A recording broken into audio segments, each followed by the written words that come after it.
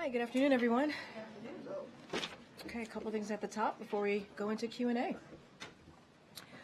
The President and the First Lady grieve the 3 lives lost at UNLV yesterday in yet another act of senseless gun violence. And our thoughts are with those who survived this incident and are undoubtedly traumatized by this horrific event, including one survivor who sustained critical injuries. We are grateful for the brave law enforcement officers who ran towards danger and prevented further loss of life. At the President's direction, we have federal officials on the ground supporting local response efforts and providing all necessary assistance. The newly established Office of Gun Violence Prevention is also coordinating federal resources to help the community recover from this tragedy. Because we know it's not just the victims and survivors who need support, but this violence rips apart entire communities.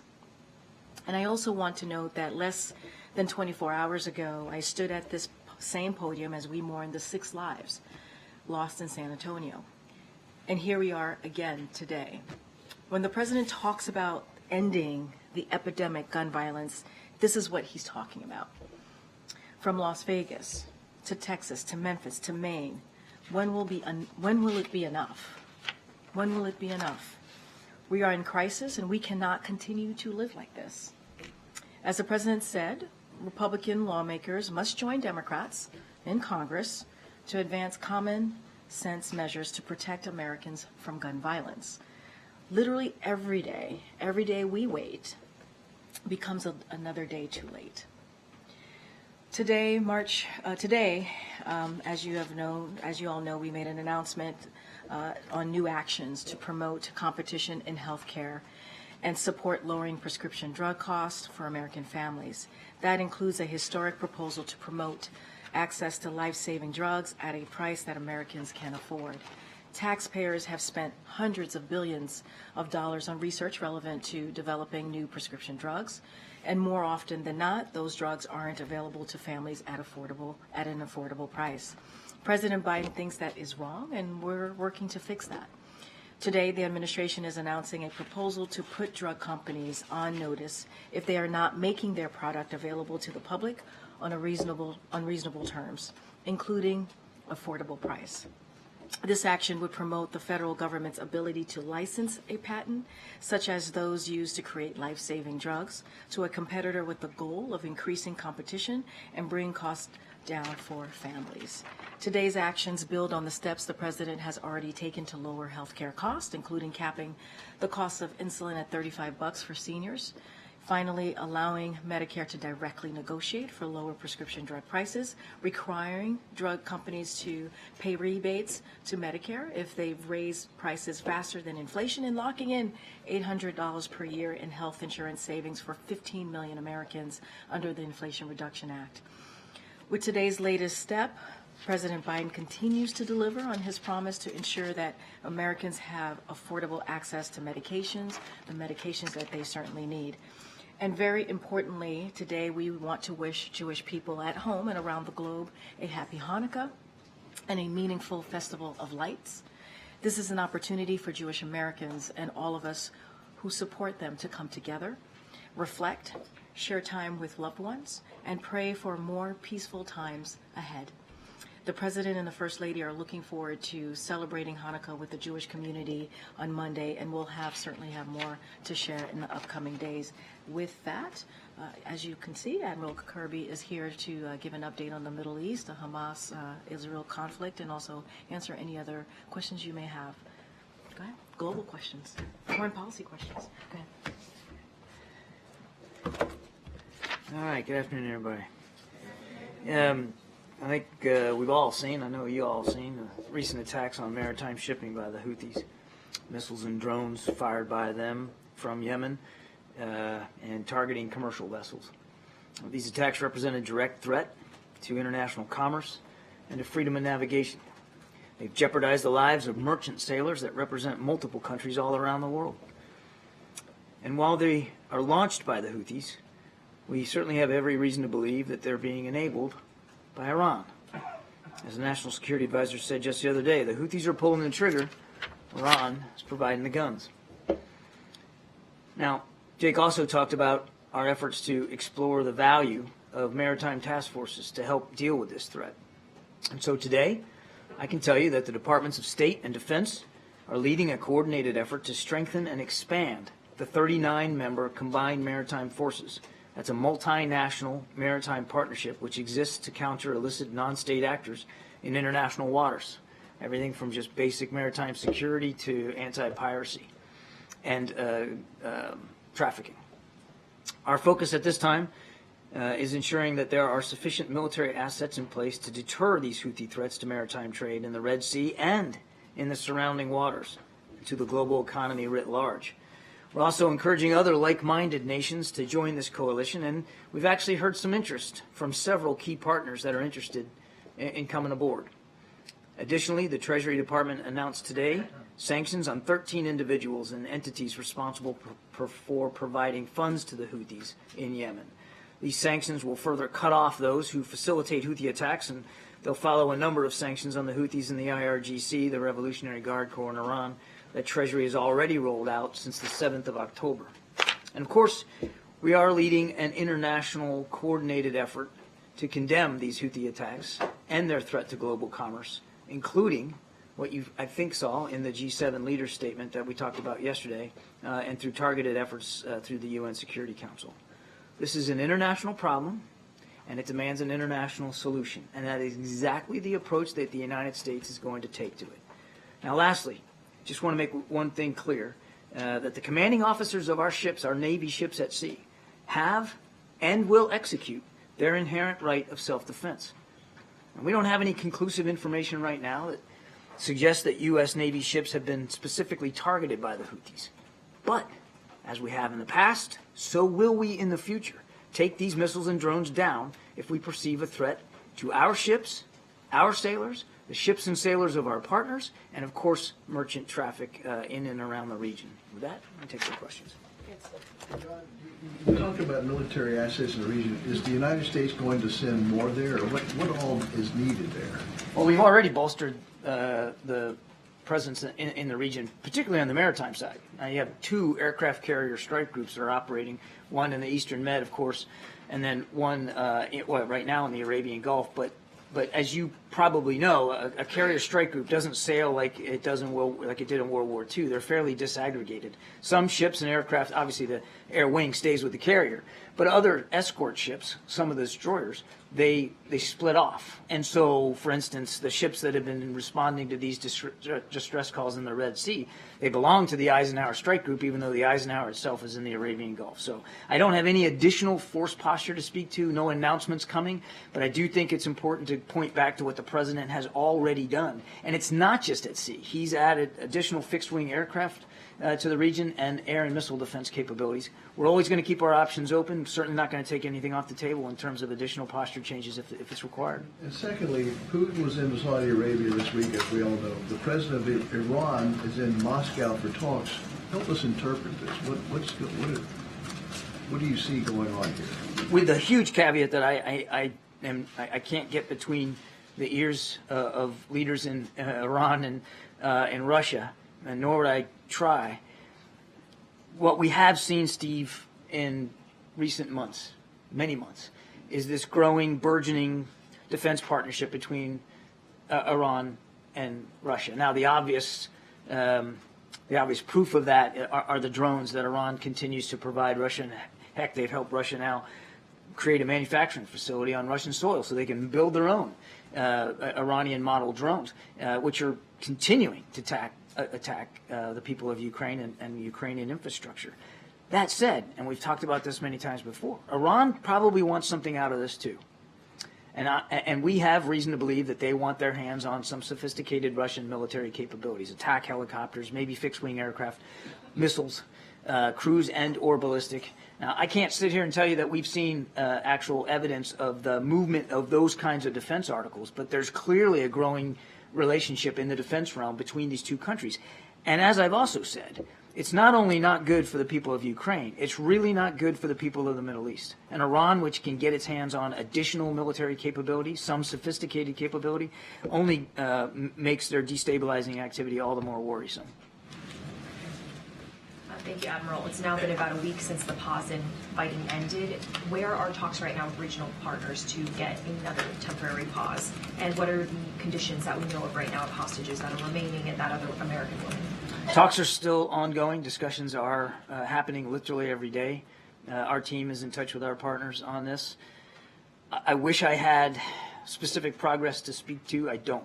Obviously, we're not close to inking another deal on a humanitarian pause, and nor do I have any news to break here today about the return of hostages, either ours or those of many other countries that are being held hostage. We're still trying to get as much information as we can about the hostages that are being held. We have some information, as I said before, on some of the hostages because their families are talking to us, and that's been a terrific source of information and context. We have less information on others, but not for lack of trying. And after the failed vote in the Senate yesterday to advance the supplemental funding, what are the plans from the president to get this back on track? Any calls made to the Hill? Any plans to work the phones? I don't have any calls to read out. I don't know if Karine does. Yeah. Go ahead. I mean, we've been very, very clear about the supplemental and how important it is. As you've seen, the OMB director has been pretty out there on the different networks making the case. And one of the things that she has said is that it's stunning. It's stunning that we've gotten to this point, right? It's stunning that we have gotten to this point, and that Republicans in Congress willing to give Putin a gift, the greatest gift that Putin could hope for. That's what we're seeing. And so they are playing chicken with our national security. That's what we're seeing here. And history will remember them harshly. And so as it relates to outreach, we've been very clear that we have had those discussions with them on a regular basis, and that but the path forward is very clear. The path forward is that they need to get this done. And this is something that the president was very loud about, and very clear about yesterday when he spoke to the American people in front of many of you and many of your colleagues. He made his message really clear, right? That we need to get this done. Congress needs to get moving forward very quickly because we're running out of time. Now, our Office of Leg Affairs, OMB, and SC are in close touch with lawmakers, as they have been for some time, with both parties, and about the need of this critical national security. Let's not forget, when we talk about a supplemental, we're talking about the urgency, right? It is an emergency. That's why we ask for it. That's why we ask for the extra funding for our national security. And so it's time for Congress to get this done. We have to continue to make sure that the brave people of Ukraine have what they need as they are fighting for their democracy. And so I know the Admiral could speak a lot more about that as he has in the past 2 years, but that is our focus here, and we're going to continue to be very, very clear, talking to certainly both sides about the importance of this national security request. Overview. You picked the next one. Right? Oh, I thought you were going to add to it because I was. No, I can't. I could not possibly add to that. It was very, very. I was waiting for you. No, it was a very comprehensive answer. It was good. On a quick housekeeping matter, do you have the readouts for any of the president's calls with King Abdullah and Prime Minister Netanyahu? You'll see him soon. Okay. You'll see him soon. Was there any significance to those calls happening today? Part of the regular outreach by the president to regional leaders as events continue to unfold between Israel and Hamas. As we said, as I said yesterday, you can expect them to be talking to Prime Minister Netanyahu soon, and of course he did. And now, has the U.S. independently confirmed claims from the Israeli military today that Hamas rockets have been fired at Israel from humanitarian zones? I have not been able to confirm that. Thank you, Karine.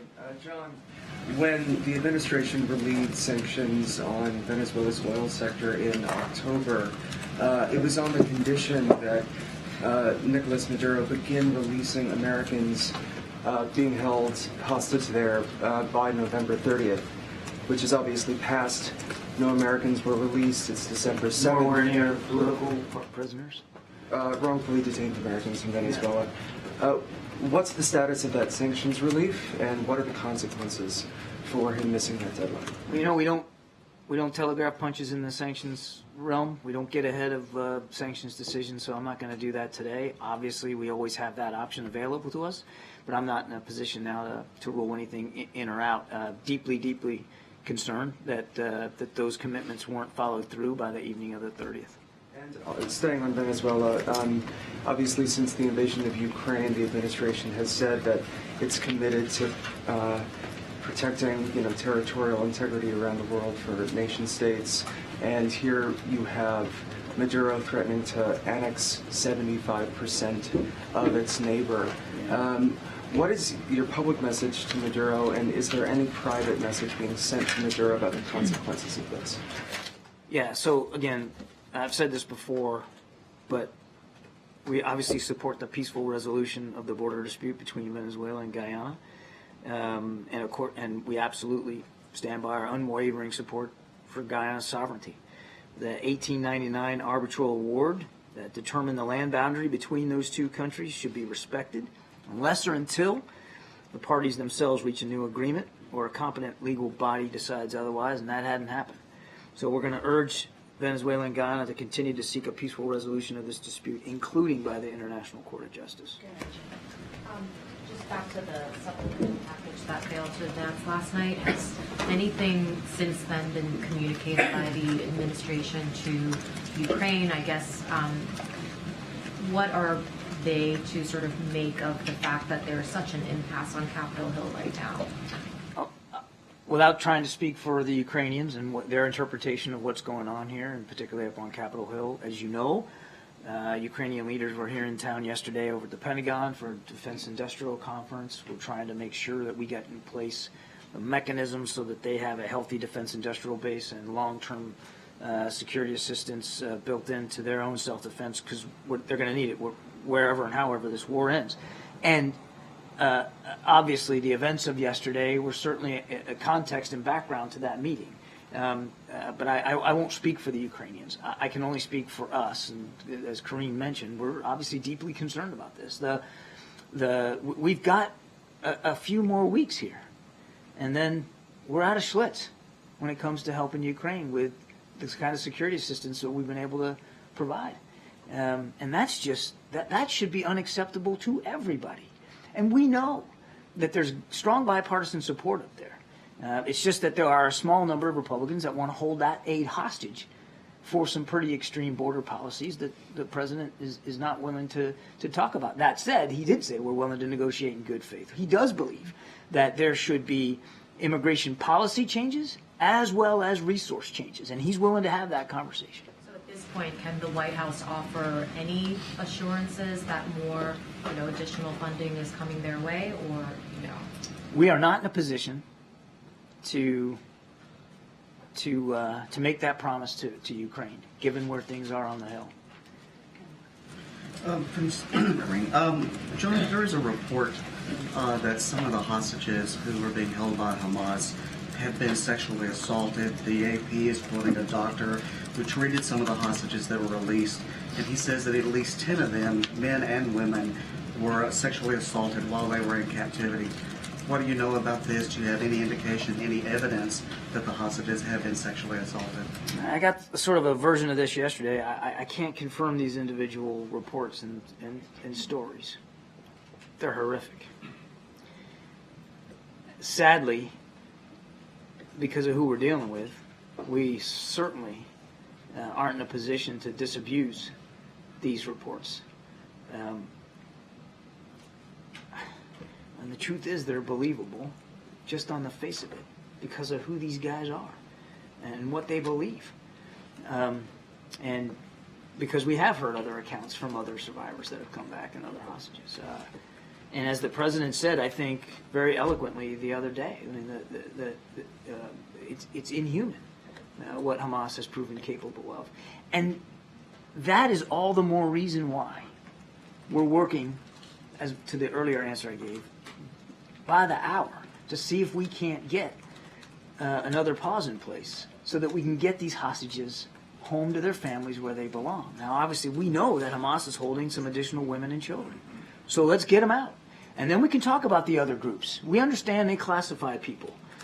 Let's get the remaining women and children out and get them out from under the jackboot of Hamas and potential sexual violence. So, in terms of the aid package yesterday that went down, is there any second guessing at the White House about the president's decision to put border security into the same package and therefore give Republicans in some way, leverage to make one hostage to the other. You can't complain that they are linking the two issues since you linked the two issues. Is there any second guessing about that? Was that a mistake? No. All 4 buckets of the supplemental, Peter, were of an urgent nature. Ukraine, Israel, we've talked about. There's also money for Indo-Pacific strategy, of course, with AUKUS and the developments of coming forward, trying to get Australia their nuclear propelled submarine capability, and then the border, and some $6 billion in there for additional resources for the border. I mean, if you listen to the Republicans talk about the border and the urgency that they think needs to be conveyed, okay, well, it was in our national security urgent request, $6 billion for the border. We share a sense of urgency, so act on that. Act on that. Thank you, Kirby. Congressman Michael McCall, the chair of the House Foreign Affairs Committee, told Politico that PEPFAR reauthorization negotiations are deadlocked. What is the White House sense of where that stands right now, and what's the administration doing to push that process along? And if it's not reauthorized, what are the consequences of that? Can the funding continue? This is a program that over 20 years has literally saved something like 25 million lives. Again, there's, without speaking to the negotiations on the Hill, and this is something that should be as nonpartisan as it can be. I mean, you're talking about millions and millions of lives at stake here. So we urged them to find a way forward here to reauthorize this funding. Is this something that we would see the president engage with lawmakers on, given what a priority this seems to be for the administration? It is absolutely a priority for the president. I won't get ahead of his schedule or his phone calls, but I can tell you he's watching this very, very closely because he knows personally what a lifesaver this program has been. Thanks, Kirby. One follow-up on Venezuela. I know you said you wouldn't telegraph on sanctions, but can you give us a sense of a timeline of when the administration will make a decision on sanctions rollback? That sounds a lot like telegraphing. No. On one more on the, I want to ask you about the grounding of the Osprey fleet. Any updates on that? And I know some of them are in the presidential fleet. Are there any special considerations being discussed with them, and what kind of checks will be required to put those back into HMX? Well, I asked about this earlier myself because I kind of thought you guys might be asking the question from that perspective. It's a force-wide stand-down, and that means every Osprey in the force. And these Osprey belong to the United States Marine Corps, part of the force, so they'll be subject to the stand-down too. And this is a common procedure when there's a significant aviation mishap, and when you can't rule out when an aircraft goes down that there might be some larger systemic problem. It's common practice. It's the right thing to do. Put them all on the ground, put them through an inspection regime, make sure that you don't rule that out as a problem. Maybe, and so that maybe it's just aircraft specific, platform specific, and not necessarily the whole system. So they'll do that, and I have no doubt in my mind that they'll do it as expeditiously, but also as safely as possible. We won't let them back into the air until we know that we can do it with a measure of certainty. John, as Karine just noted, tonight at sundown starts the Festival of Lights, the Jewish holiday Hanukkah. Are there any specific or credible threats right now to Jewish sites or Jewish communities that you can share with us? And is there a message to those communities or any community in this country what they should be prepared for as we embark on the first of 8 nights? I don't have any specific credible threats to speak to in the sense that, to a certain locality or community or through a certain actor. What I can assure you, Peter, and the Jewish community is that we are working very, very hard at the federal level to analyze all the streams of intelligence we can, domestically and overseas, for any spillover effects from the conflict in Gaza to here at home, particularly against the Jewish community as well as the Muslim and Arab communities here in the States. And that we, more importantly, are working to share what we're learning and hearing with local and state authorities who would really be where the rubber meets the road in terms of trying to prevent. But we want to be able to, again, without any credible knowledge of a specific threat, we want to be able to identify it before an actor can move and certainly disrupt that as best we can. Does the U.S. have any concerns about Israel exploring the possibility of using seawater to flood out some of the tunnels used by Hamas beneath Gaza right now. Among the possible concerns are there hostages in those tunnels? And also from the Palestinian Water Authority, I think it is, they say that this would have devastating effects on the aquifer that's beneath there that would make this land unusable in the future if it's to, as it would be retained by the Palestinian people. Yeah, I can't speak to the reporting about this particular idea. I'd refer you to the IDF. I would just say that, as we have said many, many times before, while they go after this very legitimate threat, we continue to urge our Israeli partners to do it in a way, as Secretary Blinken said, how they do it matters, in a way that minimizes the risk not only to civilian life, certainly to our hostages, or the hostages, but also to civilian infrastructure. And I'll just leave it at that. Thank you. The president last night spoke about how he was fighting every day for the release of a number of journalists, and he included Alsu Karmasheva, Radio Free Europe, in that list. If he's saying that she should be released and he's pledging to fight for that, does that mean that the president believes she is wrongfully detained, regardless of where the State Department process is? It means that he believes that she ought to be able to do her job as a journalist and not be detained by Russian authorities. I am not in a position to get ahead of the State Department. As you know, Catherine, they are the ones that make the decision about wrongful detention. And as I understand it, they're working their way through that process. Thanks, John. Back on Venezuela, Southcom announced that it was going to be conducting flight exercises over Guyana today. Is that timing meant to send a message to President Maduro about U.S. support for Guyana and its territorial integrity? I'd be careful drawing too strong connective tissue between routine military operations that we do in the region and this particular issue. That said, as I said before, we recognize the sovereign territory of Guyana, and as we do with many nations, sovereign nations in the region, we conduct operations and exercises as appropriate. How far would the U.S. be willing to go to show that support? Would it be willing to help Guyana maintain that territorial integrity? You mean militarily? Yes. I'm not going to speculate about that kind of a thing. What I said yesterday stands. We want the internationally recognized border recognized. We want these two sides to work it out diplomatically. We've already expressed our support for the 1899 arbitral award, which set that boundary. And as I also said yesterday, we don't want to see this come to blows. There's no reason for it to. Thanks, Karine. John, is the U.S. in any sort of a conflict with the Houthis? Yeah, sort of a conflict with the Houthis. We are not in an armed conflict with the Houthis per se. That said, as I said at the top, we're going to do what we have to do to protect ourselves, our partners, and merchant shipping. And we've done it in the past. We'll do it again in the future. That sounds a little bit like a conflict. We are protecting and defending freedom of navigation. We're protecting and defending our ability to operate in the region, in the Red Sea and surrounding waters. And as I said at the top, we are looking to flesh out an already pretty robust combined maritime force to protect freedom of navigation in the area. And like I said, we've got a couple of, several other countries that are willing to participate, so we look forward to that. Does the president have any regret over delisting the Houthis as a terror organization? Is he reconsidering that at all? I've already said that we are going to review that decision. When? No, we are.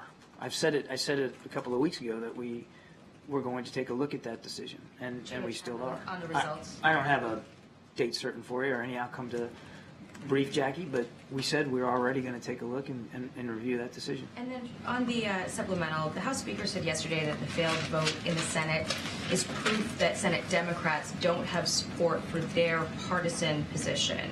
What is the White House response to that? The president believes, I'll let Senate Democrats speak for themselves, the president believes, and he said this to you yesterday, that the immigration system is broken. And on day one, he put forward a reform proposal that's gone nowhere up on Capitol Hill. He also believes that border security needs to be enhanced. So it's, for the president, it's both a policy issue, immigration reform writ large, and a security issue.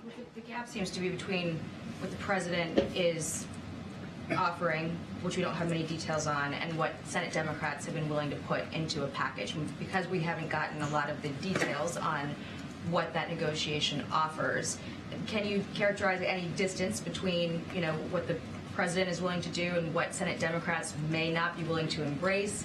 And moreover, should Congress stay in session until this is finished? Certainly, I'm not going to negotiate this thing in public.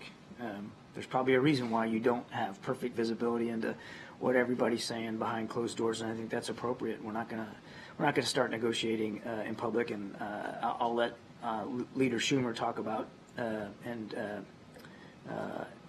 Leader McConnell talk about what they want to do in terms of the session. We're working very, very close with Senate Democrats on trying to move this forward. And you heard the president say himself, he's willing to negotiate in good faith with the Republican side as well. But they've got to be willing as well. This is about compromise. And in a compromise, nobody gets everything that they want. The president understands that from a long career in the Senate, and he's willing to have that as a starting point of the conversation, with an understanding that compromise means nobody gets everything they want. But that's not what we're hearing from the House side, the Republican side in the House. It's kind of a take no prisoners approach, all or nothing. What we want and nothing but what we want. And that's just not negotiating in good faith. Thank you, Karine. John, on Ukraine funding, some of the experts that I've spoken to say that one of the consequences of the funding not being advanced may be that Ukraine might need to think more seriously about ending this conflict diplomatically.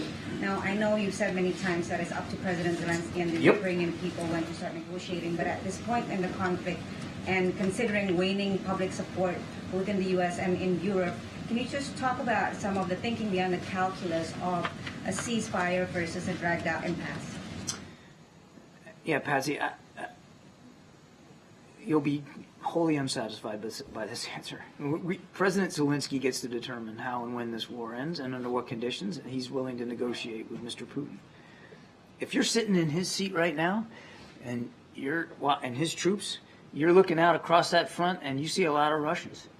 You see a lot of Russians that are getting increased in size because Mr. Putin continues to recruit additional manpower and throw them into the fight. If you're looking across that battlefront, you're seeing a Russian armed forces that they're willing to go on the offensive. They're probably not just going to sit in defensive positions all winter long.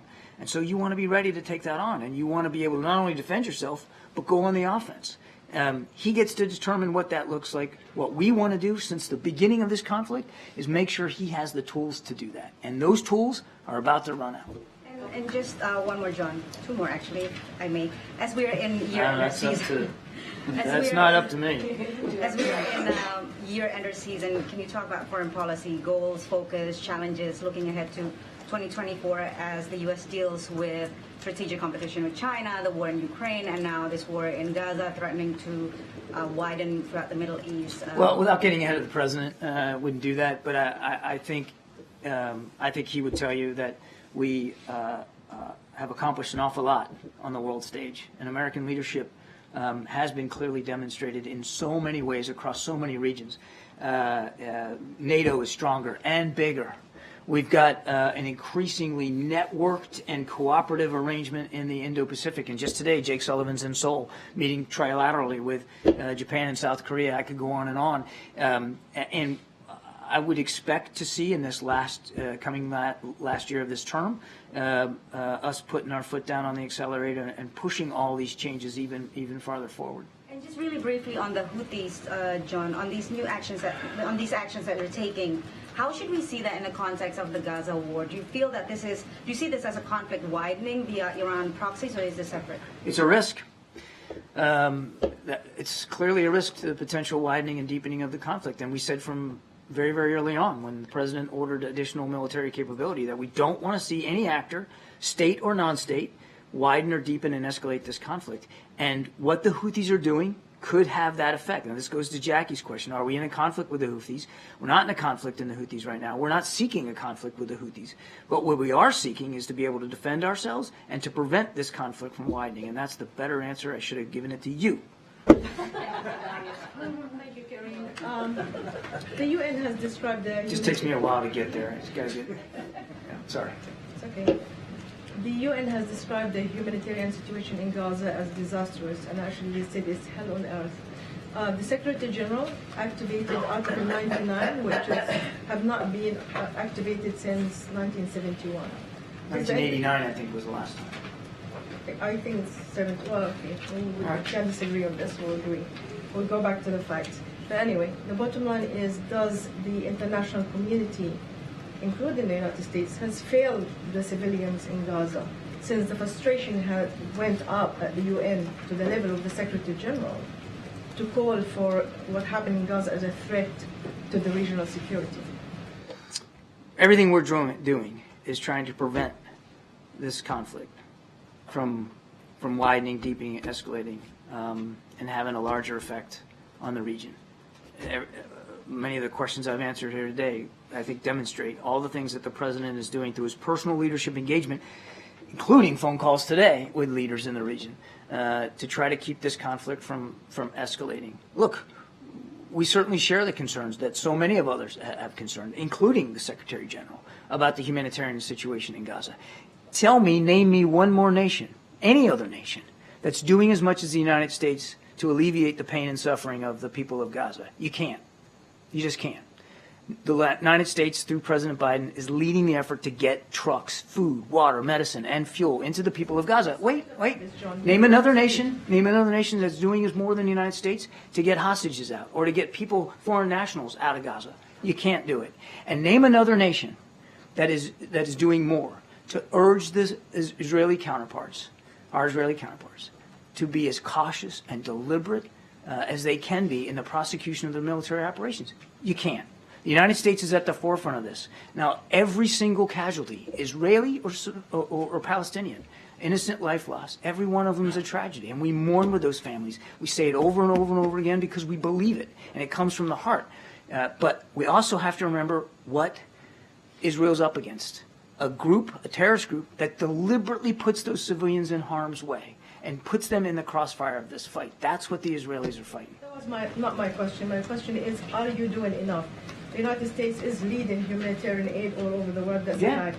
You know that. Okay, just quickly on another question. There was disturbing images. Please stop you there. You said, are we doing enough? Yes.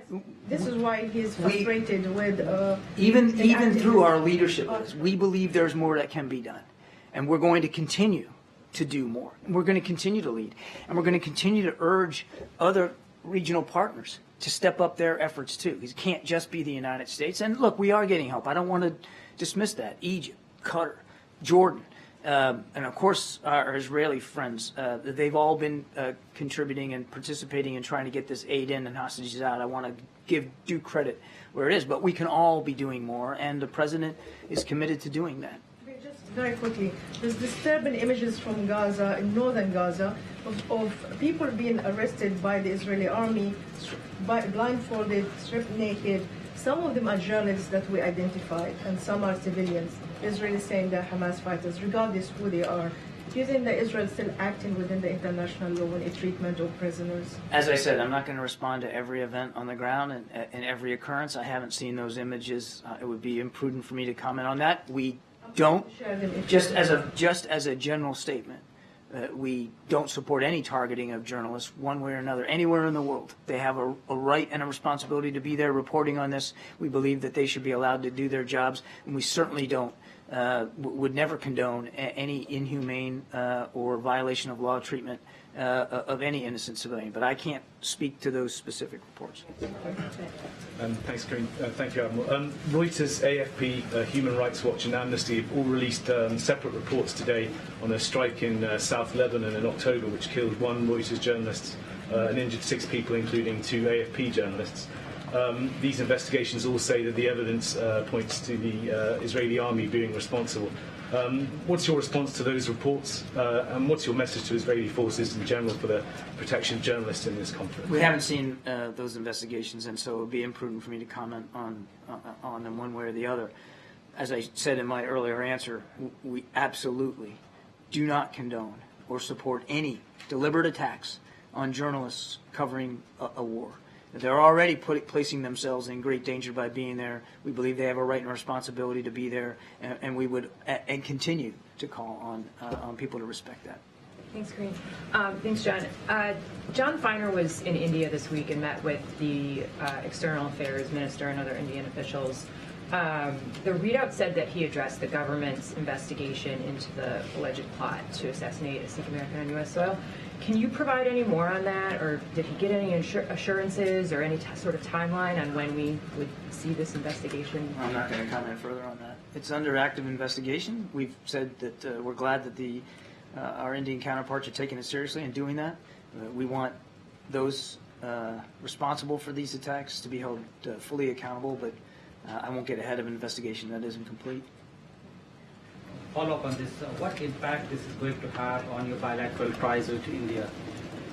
Look, India is a strategic partner. We're deepening that strategic partnership. They're a member of the Quad in the Pacific, and we participate with them on a range, particularly of security-related issues, and we want to see that continue unabated.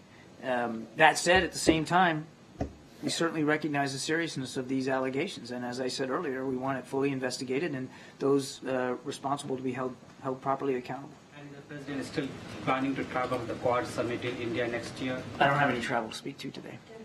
Thank you, Karine. So first I have two questions, one on the war in Gaza. The Pentagon said today that the U.S. has now resumed flying drones over Gaza to search for hostages.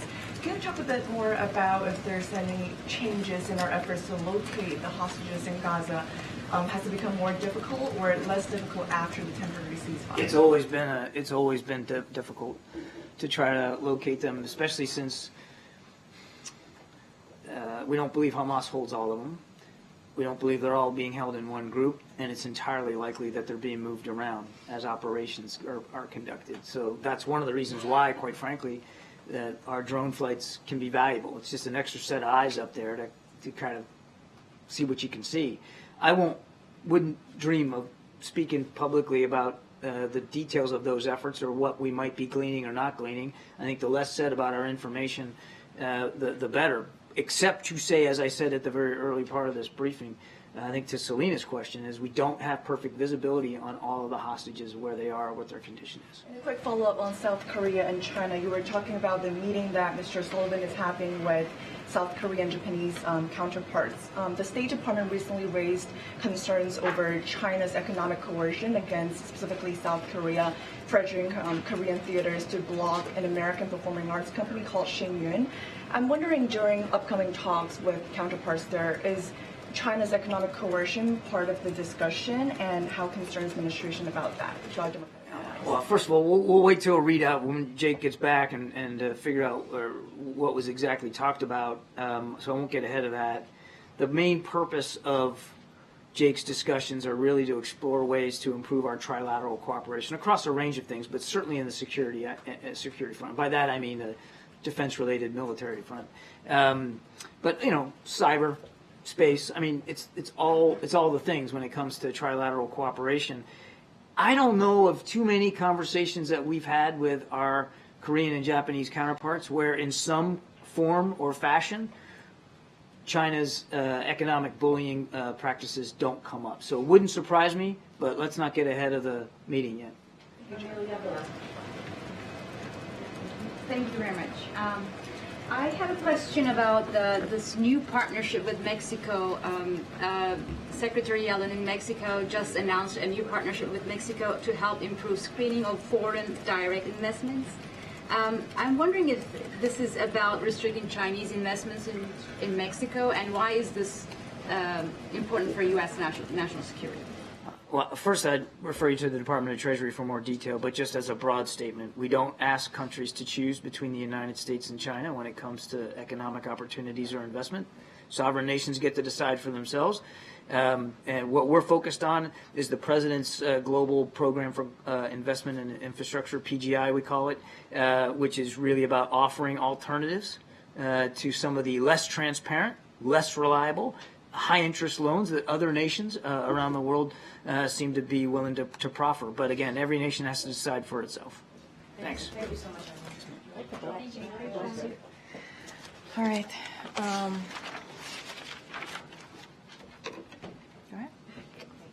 right. Two topics. There was ruling from a Texas judge earlier today that allowed a pregnant woman whose fetus has a fatal diagnosis to obtain an abortion. And it appears to be the first time since the Dobbs ruling that a woman in the U.S. has asked the court specifically to approve an immediate abortion. So I wanted to know the White House response to that ruling or a comment on the expected appeal of that decision from the state of Texas. Yeah, so saw that ruling. Let me just first say that no woman should have to go to a court to get the health care that she needs. That should not be the case. No woman should have to do that. So let me just start off by saying that. So we are glad that this person will get the care that she needs from her doctor. Again, should be her decision to be made with her doctor, which is sometimes some really difficult decisions that women have to make. And this is an administration that's been really clear about that, fighting for the rights for women to make decisions on their health care, and we're going to continue to speak loud and clear about that. But we should not detract from the fact that stories like hers are becoming all too common in states where Republican elected officials are enforcing dangerous extreme bills that threaten the lives of women. And so since that Supreme Court, as you just mentioned, overturned Roe v. Wade, Dobbs decisions, women are being denied medical care they desperately need in order to preserve their health and even save their lives. They've been turned away at emergency rooms, forced to delay care at grave risk to their own health, left with complications that threaten their ability to bear children in the future, and made to travel hundreds of miles for medical care that they need. So ensuring women have access to emergency medical care has been a core focus of this administration since the Dobbs decision, and we're going to continue to fight for that. And we're going to make sure that providing care and giving guidance to doctors and hospitals about emergency care that is required under federal law, that we make sure that we provide that information as well. But this is an administration that's spoken loud and clear since day one. Since day one, you heard from the president, you've heard from the vice president, you've heard from me and others that we are going to continue to fight for women to get the care that they need to make these decisions on their own, these personal decisions that they should be making with medical doctors. Non-immigration, if I may. I wanted the White House to address the concern or the criticism from Republicans who said that President Biden has, in their view, used his parole authority too broadly. So obviously the president has used his parole powers in the administration to grant protections to, for example, Afghans after the withdrawal and Ukrainians after the war began. But Republicans are saying that this has to be done on a case-by-case basis. So I wanted to know the White House position on those criticisms from Republicans that he's essentially abused that parole authority.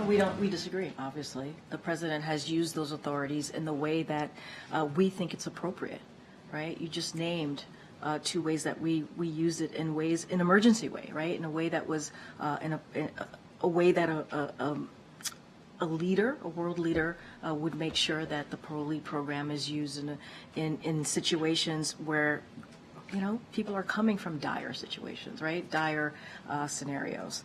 And so we disagree, strongly disagree. Look, Republicans talk about immigration reform. They talk about border security.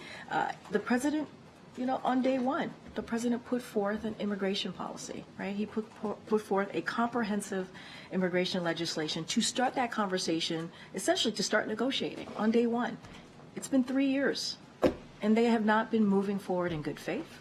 They have not been trying to get to a solution in good faith. The system is broken. We want to find real solutions. The president said yesterday he's willing to have a serious conversation about this. But where's the good faith? Somebody was asking about Speaker Johnson, right, and how his demands for HR2. And let's not forget, HR2 is what Speaker Johnson and the House Republicans want to move forward with, right? And let's not forget what's in HR2, right? HR2 forced the deportation of unoccupied children seeking refuge. It mandates detention of all families. That's the extreme. That's what we're seeing from HR2. That's not moving forward in good faith. Okay. So what would Republicans have to do to show that they are willing to operate in good faith on this subject in order for the White House to engage in negotiations? So look, they should have a conversation with Democrats. Democrats have said that they want to compromise. Have that conversation, right? Just make that discussion. Have that discussion. Negotiate in good faith with our Democratic leaders in Congress. Have that conversation. Well, there have been bipartisan negotiations taking place for weeks in the Senate. Are you saying that that's the proper venue for this discussion, not discussions between Senate Republicans and directly with the White House? The negotiations has been happening and should be happening with Republicans and Democrats in Congress. That's what should be happening. And we want to continue for them to have those conversations. But they're not moving forward in good faith. They're just not. And, you know, when you have a speaker demanding to push forth H.R. 2, which is extreme, it is extreme. That is not moving in good faith. And so that's what we're seeing. And let's not forget, you know, House Republicans voted to cut 2,000 border agents. You know, they are blocking the president's efforts to secure the border and enforce the laws. Those are the things that they're doing. So where's the good faith?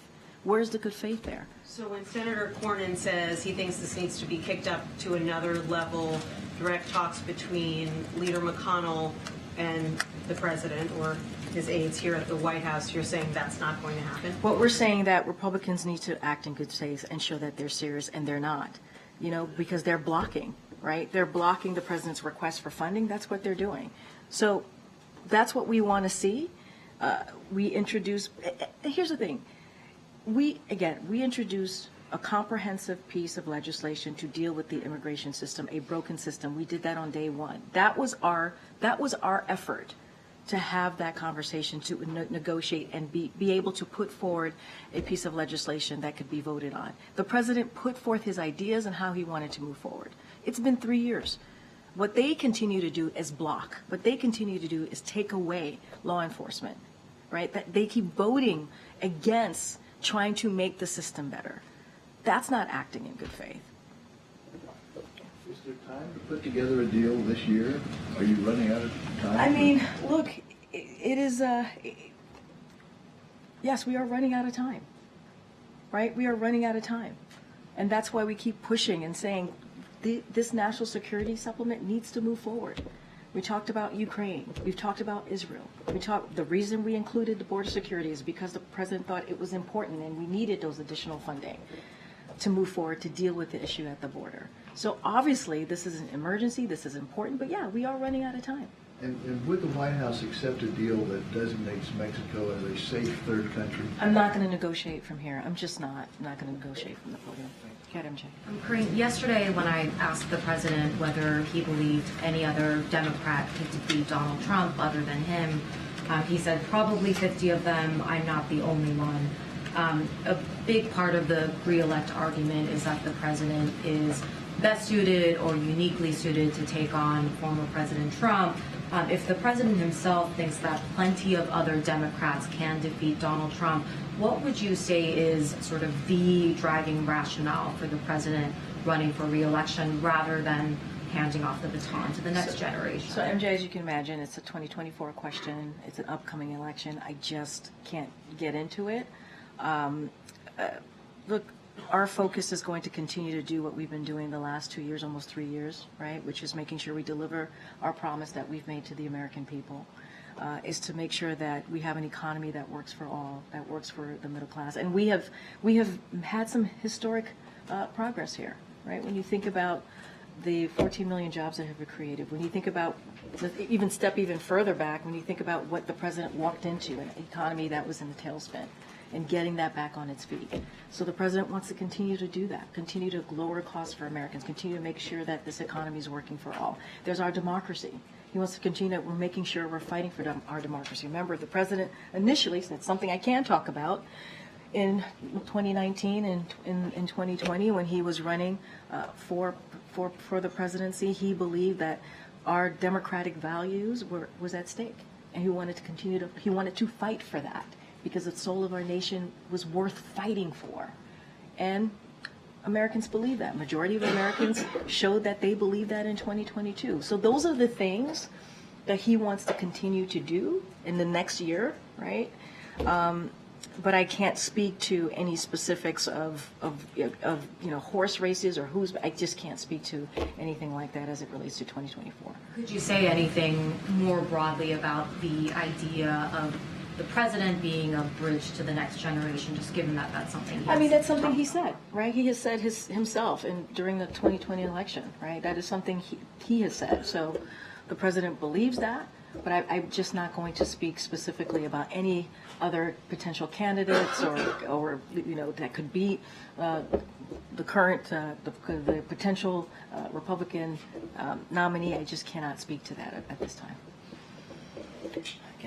Does the president have any plans to address the shooting that took place in Las Vegas when he travels there tomorrow? Yes, you could expect the president will address the shooting, the awful shooting that we saw at UNLV. Does that mean going to the site or visiting with survivors, or just at other remarks that will be public? I don't have any update to his schedule, but he will for sure, while he is in Las Vegas tomorrow, address the horrific shooting that happened at UNLV. Okay, let me ask you if I can. The Biden administration delayed again banning menthol cigarettes. Some public health officials, as you know, blame them for taking the lives of hundreds of thousands of Americans. The president had committed to doing that before the end of December.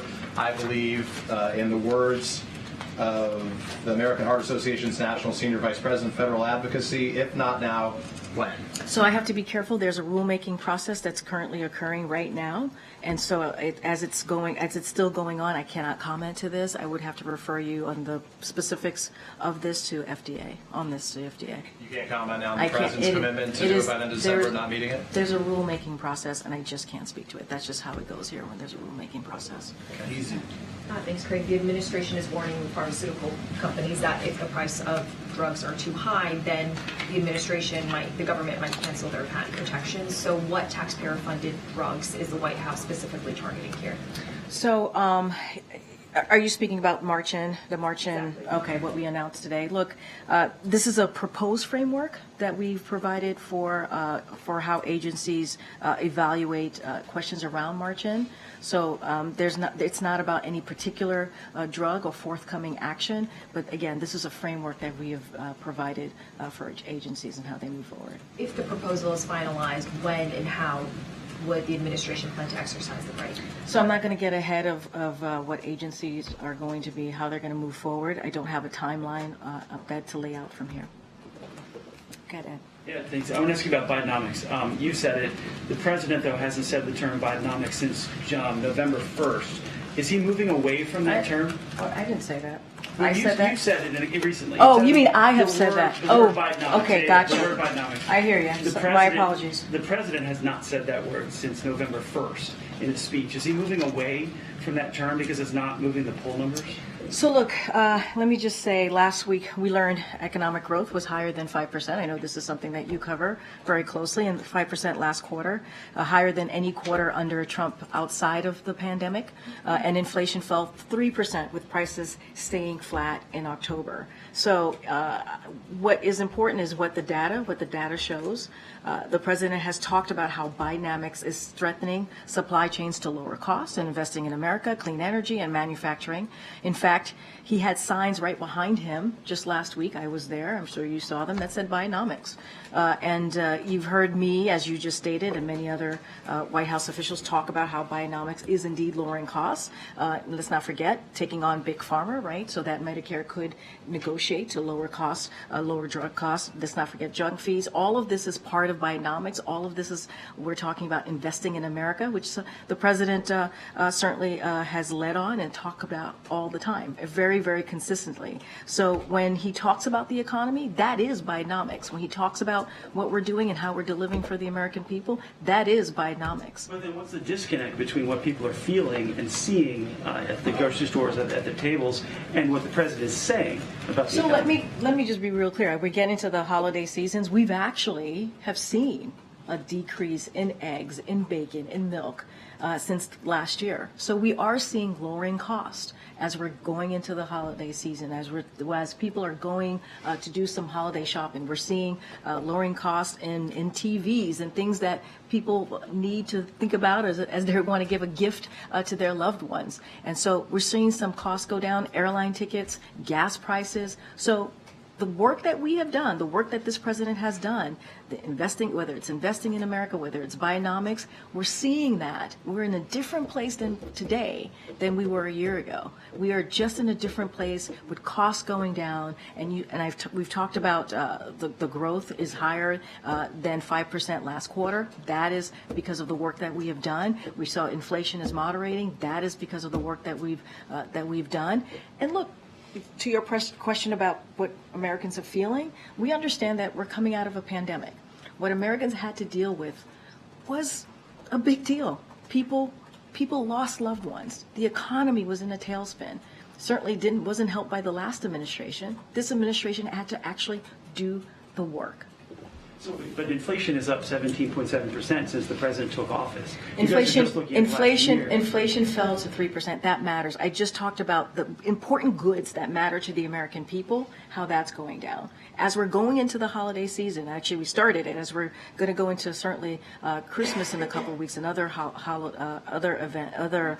important events that people follow this month. And so we're seeing prices go down. And let's not forget the historic actions that this president has done. I talked about Big Pharma. I've talked about the Inflation Reduction Act. That's because of what this president has done. And let's not forget, Inflation Reduction Act, only Democrats voted for it. Republicans decided not to. Ken? Yep. Thank you, Karine. I'm surprised that I'm calling you. Just one question. Sure. Does the Department of Education have any guidelines to ensure that schools receiving federal funding have reasonable protections for students from threats of violence, harassment, intimidation as part of their code of conduct? So reasonable protections in order to get the federal funding. So I would have to go back or refer you to the Department of Education. That's such a specific question, so I just would have to go to the Department of Education because I don't know which programs you're specifically talking about or how that works, so I just need to. Related to the university president's testimony and how, the university presidents were saying that their codes of conduct may not designate any of the language, the infantata language, as against their rules unless it turned into. Well, look, as far as it relates to funding and how that works, I would have to certainly refer you to the Department of Education. We have been very clear. You heard me yesterday about how we feel when we see hatred, the way that we have seen go up in a community like the Jewish community, anti-Semitism. We're going to call that out. It is unacceptable. We're going to have the moral clarity here. This president has had moral clarity on that. And so we're going to continue to be steadfast and call that out and say anti-Semitism is unacceptable. Okay, Michael. Thanks, Karine. At DHS, there's an office called the Countering Weapons of Mass Destruction Office. And its job is to protect major cities and major events across the country against chemical, biological, radiological, and nuclear threats. On February 2nd, this office will disappear without congressional reauthorization. And it protects things like the Super Bowl, which is just a couple days later, February 11th. Is this something that the White House is prioritizing? Is it involved in ensuring that Congress fits this into some vehicle? I would have to talk to our Office of Legislative Affairs on that particular question. Obviously, what you just laid out is, concerning, and we want to make sure that communities are safe, and certainly events like the Super Bowl, people feel safe. And so I would just have to connect with the Office of Legislative Affairs on that one. Okay, go ahead. On immigration, you mentioned several times this day one bill that the president put forth. My question is, would he be willing to meet with Republicans and have a meeting with them about that particular bill to make his case for why he thinks that should pass? I mean, look, it's been almost 3 years. It's a comprehensive bill. Lawmakers are on the Hill. They know how to read a bill, right? They know how to look at the bill and pull from the bill what they accept and what they don't accept, right? And we did that on day one and have had multiple conversations from our side here, Leg Affairs Office, with members of Congress. This is something, can you imagine the first thing that this president does as putting forward a piece of legislation is on immigration, a comprehensive piece of legislation? That shows, if anything, that should show how committed he is to that issue. And what we keep hearing from Republicans is either they use immigration as a political stunt, or they try to make cuts, right? Or they vote against what the president is trying to put forward, right? Or they say we want to take away 2,000 CBP agents. I mean, that's what, if you look at HR 2, that's basically what it's saying. It's extreme. It's extreme. So we have a comprehensive plan, and they put forth a plan that is extreme. If he's committed to it, would he be willing to meet with them? And if not, why not? I mean, you're missing the point here. The point is the president put forth a comprehensive plan on day one, almost 3 years ago, almost. And what they do instead is put forth extreme bills that does nothing to fix the broken system. That's the point. Thanks, Karine. Eric Adams is on the Hill today meeting with lawmakers to talk about the migrant crisis. Is he meeting with anyone at the White House? I don't have any meetings to read out about Eric Adams meeting with anyone here. I would have to check in. I don't have anything for you here. Has there been any sort of progress or dialogue with mayors as they try and accommodate the influx of migrants? I mean, look, we have been committed, have certainly put forth resources for mayors to deal with the influx of migrants. We have had multiple conversations. Our IGA office has been in close contact. There's been in-person meetings in states, in cities, wanting to make sure that we hear their concerns, and we've provided assistance. We have provided assistance, and so that's going to continue, right? That's going to continue. And so that's why we're asking Congress for more. We're asking Congress to help us in trying to deal with this broken system that has been broken for decades. All right, we're going to wrap it up. Go ahead. Senator Joe Manchin, who has openly left open the possibility of an independent run for president next year, has been heavily critical of the administration's rollout of the clean energy tax credits and acted as part of the Inflation Reduction Act. And last week he also spoke against the Treasury and DOE's interpretation of foreign entities of concern that are a key component of eligibility for the tax credits. I want to know if the administration had a response to this. Has the president spoken to Manchin recently? And what did you make of his comment?